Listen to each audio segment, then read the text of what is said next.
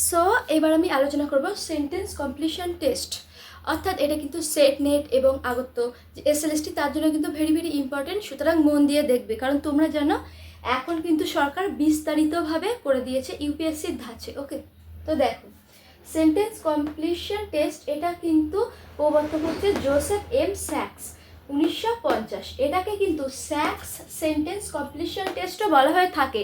সুতরাং ভুলাবে না কিন্তু পরীক্ষার হলে, ঠিক আছে? এবং এটি কি টেকনিক, আমি তোমাদের আগের ভিডিওগুলোতে বলেছিলাম যে প্রতিটা টেকনিক কিন্তু আলাদা। সুতরাং এই টেকনিক দেখো, এটা হচ্ছে কমপ্লিশন টেকনিক, কমপ্লিশন টেকনিক। ওকে, এবং পরীক্ষার ধরন কি? পরীক্ষার ধরন হচ্ছে প্রজেক্টিভ পার্সোনালিটি টেস্ট, এবং এর উদ্দীপক হচ্ছে ইনকমপ্লিট সেন্টেন্স, এবং এর হচ্ছে রেসপন্স অর্থাৎ কাজ হচ্ছে সেই অসম্পূর্ণ বাক্যটাকে সম্পূর্ণ করে তোলা। তো সুতরাং এর পদ্ধতিটা বলি যে সাধারণত 4 থেকে 100টা অসম্পূর্ণ সেন্টেন্স শিক্ষার্থীদের দেওয়া হয়ে থাকে এবং বলা হয়ে থাকে যে তোমরা এটাকে মানে সম্পূর্ণ করো, মানে এই অসম্পূর্ণ বাক্যটাকে তোমরা সম্পূর্ণ করো।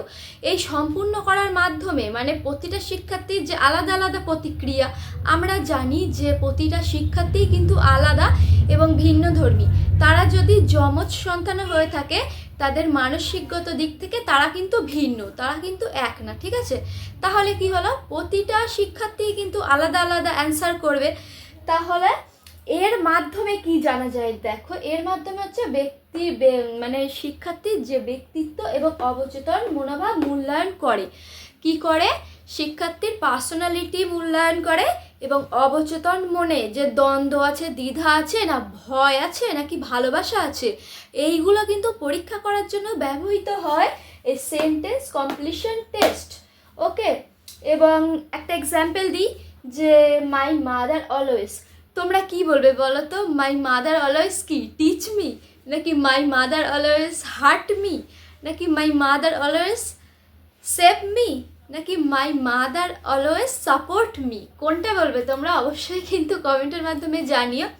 তো আমার পরবর্তী ভিডিওর জন্যে তোমরা অবশ্যই, যদি এডুকেশন হয়ে থাকে তোমাদের এবং তোমরা সেট নেট এবং এসএলএসটির জন্য প্রিপারেশন করে থাকো, তো অবশ্যই কিন্তু চ্যানেলটা সাবস্ক্রাইব করে দিও। ফেসবুক থেকে দেখলে অবশ্যই ফলো করে দিও। ওকে, আর এই এসসিটি স্যাট সম্পর্কে তোমাদের যদি কোনো কোশ্চেন থাকে অবশ্যই কিন্তু আমাকে কমেন্টের মাধ্যমে জানাতে ভুলবে না। ওকে।